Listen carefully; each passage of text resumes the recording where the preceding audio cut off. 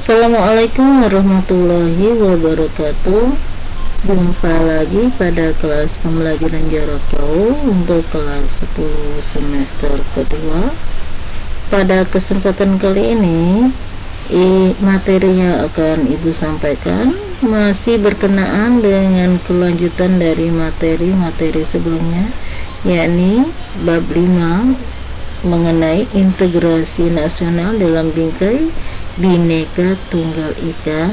Sub yang akan kita bahas pada kesempatan kali ini mengenai peran serta warga negara dalam menjaga persatuan dan kesatuan bangsa. Yang pertama, kesadaran warga negara. Peran serta warga negara akan muncul jika mempunyai kesadaran dalam menjaga persatuan dan kesatuan bangsa. Tapi sebelumnya kalian harus mengetahui terlebih dahulu yang dimaksud dengan kesadaran, ya. Kesadaran itu adalah sikap mawas diri sehingga dapat membedakan baik atau buruk, benar atau salah, layak atau tidak layak, patut atau tidak patut dalam berkata dan berperilaku. Kesadaran warga negara Indonesia saat ini masih perlu pembenahan, salah satunya kesadaran dalam bela negara. Memang negara Indonesia tidak sedang dalam kondisi perang, tetapi kesadaran untuk bela negara harus tetap ada dalam bentuk lain demi kemajuan bangsa. Nah, kemudian yang kedua mengenai pengertian bela negara. Undang-Undang Negara Republik Indonesia tahun 1945 pasal 27 ayat 3 mengamanatkan bahwa setiap warga negara berhak dan wajib ikut serta dalam upaya pembelaan negara. Namun, sebelum membahas lebih jauh mengenai bela negara, sebaiknya kalian memahami terlebih dahulu pengertian bela negara. Menurut penjelasan Undang-Undang Republik Indonesia Nomor 3 Tahun 2002, Pasal 9 Ayat 1 tentang pertahanan negara, upaya bela negara, sikap dan perilaku warga negara yang dijiwai oleh kecintaannya kepada Negara Kesatuan Republik Indonesia dan Undang-Undang Dasar Negara Republik Indonesia tahun 1945 dalam menjamin kelangsungan hidup bangsa dan negara. Itu adalah pengertian bela negara. Pengertian bela negara ini menurut Undang-Undang RI Nomor 3 Tahun 2002 Pasal 9 Ayat 1. Bukan hanya sebagai kewajiban dasar negara tentunya, tetapi juga merupakan kehormatan sebagai wujud pengabdian dan kerelaan berkorban kepada bangsa dan negara. Dengan demikian, terkandung pengertian bahwa upaya pertahanan negara itu harus didasarkan pada kesadaran akan hak dan kewajiban warga negara serta keyakinan pada kekuatan sendiri. Hal ini juga tercantum dalam Undang-Undang Republik Indonesia Nomor 3 Tahun 2002 tentang pertahanan negara Pasal 1 Ayat 1, yaitu pertahanan keamanan negara adalah segala usaha untuk mempertahankan negara, keutuhan wilayah NKRI, dan keselamatan bangsa dari ancaman dan gangguan terhadap keutuhan bangsa dan negara. Bangsa Indonesia mencintai perdamaian, tetapi lebih mencintai kemerdekaan dan kedaulatan. Ini sesuai dengan alinea pertama pembukaan Undang-Undang Dasar Negara Republik Indonesia tahun 1945 yang menyatakan bahwa sesungguhnya kemerdekaan itu ialah hak segala bangsa, dan oleh sebab itu maka penjajahan di atas dunia harus dihapuskan karena tidak sesuai dengan pri kemanusiaan dan pri keadilan.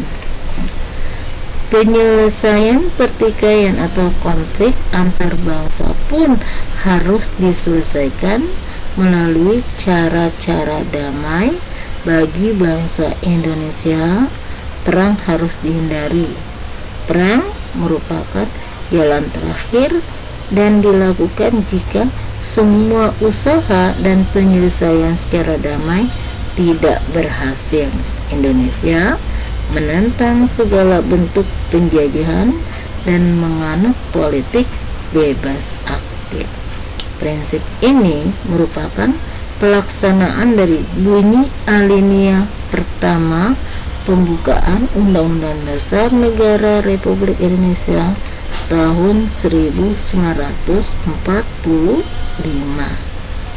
Sebagai warga negara yang baik, sudah sepantasnya bila kita turut serta dalam bela negara dengan mewaspadai dan mengatasi berbagai macam ancaman, tantangan, hambatan, dan gangguan terhadap negara. Nah, berikutnya Ibu akan jelaskan apa yang dimaksud dengan tantangan, hambatan, dan gangguan. Ya, kalian bisa lihat yang dimaksud dengan ini ancaman, ya. Ancaman itu usaha yang bersifat mengubah atau merombak kebijaksanaan yang dilakukan secara konsepsional melalui tindak kriminal dan politis. Itu yang dimaksud dengan ancaman. Kemudian tantangan itu suatu hal atau usaha bertujuan bersifat menggugah kemanusiaan. Sedangkan hambatan suatu hal atau usaha yang berasal dari diri sendiri untuk bertujuan melemahkan atau menghalangi secara tidak konsepsional. Dan yang terakhir dimaksud dengan gangguan. Gangguan itu usaha dari luar yang bertujuan melemahkan atau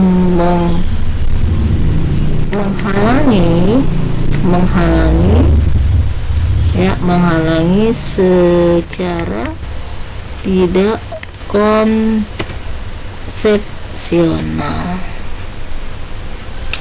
Berikutnya Ibu akan menjelaskan mengenai ancaman. Ancaman itu ada dua macam.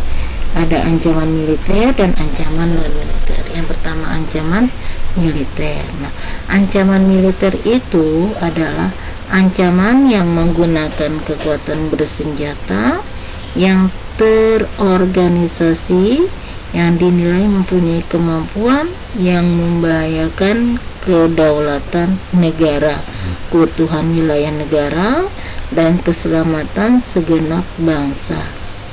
Ancaman militer itu dapat berasal dari luar negeri maupun dari dalam negeri.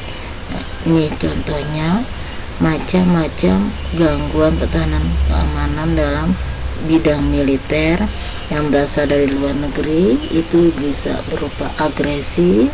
Agresi itu artinya penyerangan terhadap suatu negara lain, ya, dengan menggunakan kekuatan militer. Nah, kemudian pelanggaran wilayah oleh negara lain, pelanggaran spionase ini atau mata-mata. Biasanya setiap negara mempunyai mata-mata, di mana mata-mata tersebut untuk memata-matai negara lain atau pihak lain.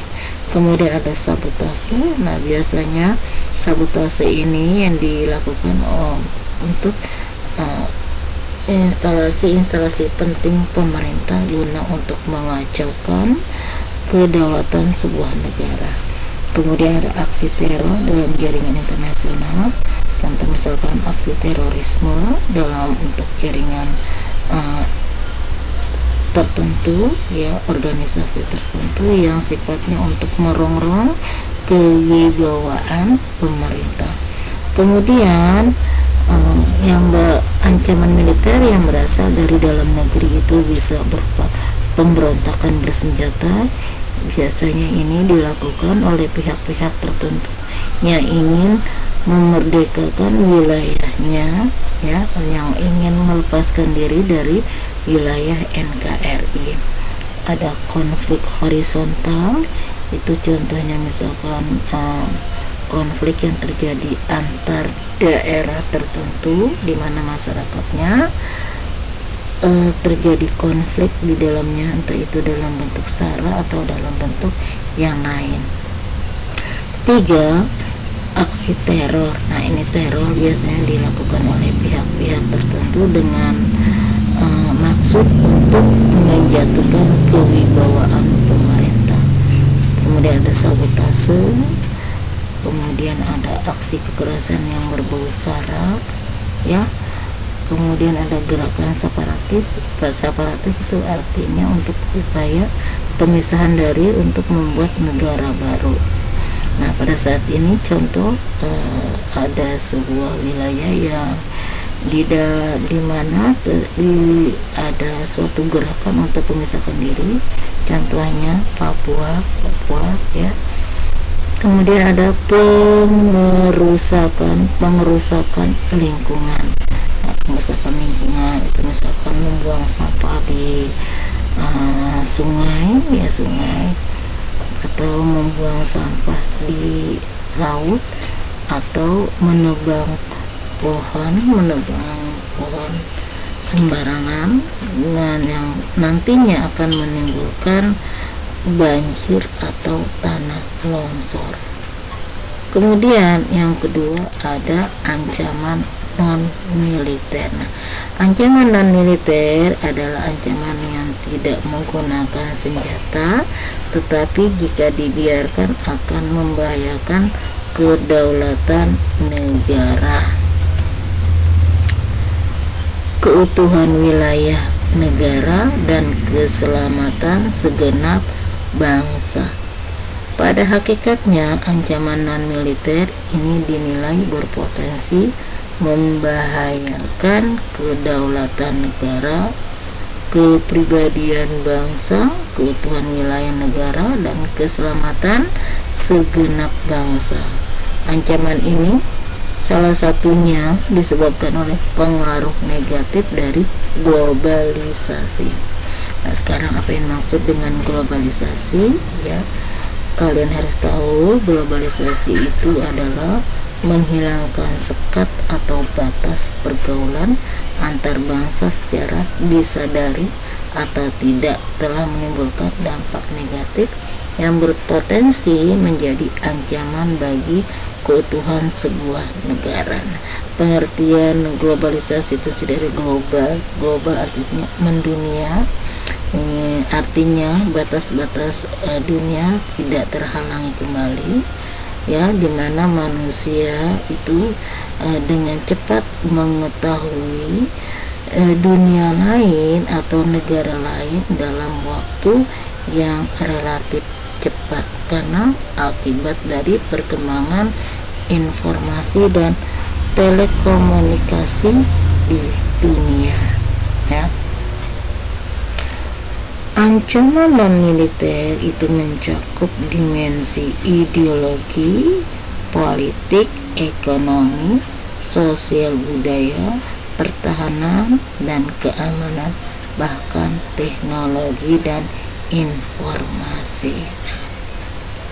Kemudian kalian bisa lihat, ya, contoh dari ancaman non-militer itu atau satu, ada pengaruh gaya hidup kebarat-baratan, ya, yang sudah terjadi pada kaum muda masyarakat Indonesia ini lebih memilih pakaian yang kebarat-baratan.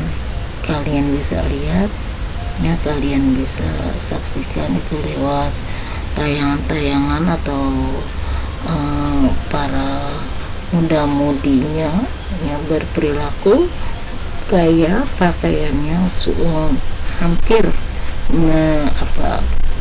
hampir ke barat-baratan. Kemudian contoh yang lain, tidak mencintai budaya sendiri ya.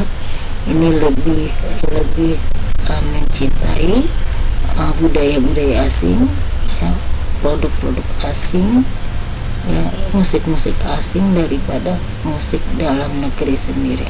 Yang ketiga, tidak menggunakan produk dalam negeri. Ini bangga akan produk luar ya, bangga akan produk luar sementara produk dalam negerinya tidak dianggap. Nah, ini adalah ketiga ini contoh kecil dari ancaman non militer. Perlu kalian ketahui, ancaman non militer ini mempunyai karakteristik yang berbeda dengan ancaman militer ya. Ciri-cirinya ancaman non militer ini adalah bersifat fisik dan bentuknya tidak terlihat ya, tidak bersifat fisik dan tidak bentuknya tidak terlihat. Itu contoh ancaman non militer. Contoh ancaman non militer itu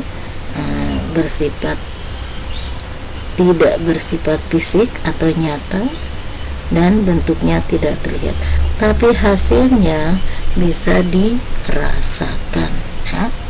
Ancaman non militer. Berikutnya adalah strategi dalam mengatasi ancaman militer. Nah, strategi pertahanan dan keamanan bangsa ini telah diatur dalam Undang-Undang Negara Republik Indonesia tahun 1945 pasal 30 ayat 1 sampai 5. Bunyinya, pertahanan keamanan merupakan tanggung jawab warga negara Indonesia, bukan hanya pihak yang berwajib, tapi juga tanggung jawab. Jadi intinya tanggung jawab bersama antara warga negara dan sistem keamanan atau tentara yang dikenal dengan Sishankam Rata atau sistem pertahanan masyarakat semesta ya. Sistem pertahanan dan keamanan rakyat semesta ini merupakan upaya menjaga pertahanan dan keamanan negara yang seluruh rakyat dan segenap sumber daya nasional, sarana dan prasarana nasional, serta seluruh wilayah negara sebagai satu kesatuan pertahanan yang utuh dan menyeluruh. Nah, selain ancaman dalam bidang militer, kita juga mewaspadai ancaman di bidang ekonomi, yaitu sebagai berikut. Nah, sistem liberalism atau sistem persaingan bebas yang saling menghancurkan dan dapat menumbuhkan eksploitasi masyarakat dan bangsa Indonesia. Nah, ini juga ya yang harus diwaspadai, ancaman di bidang ekonomi. Kemudian ada sistem etatisme, artinya negara beserta aparatur negara bersifat dominan. Nah, ini nanti akan menimbulkan monopoli atau otoriter sebuah negara ya. Sistem etatisme ini dalam arti negara beserta aparatur negara bersifat dominan dan mematikan potensi dan daya kreasi unit-unit ekonomi di luar sektor negara. Nah, ini tentunya kita tidak menginginkan, di mana perekonomian itu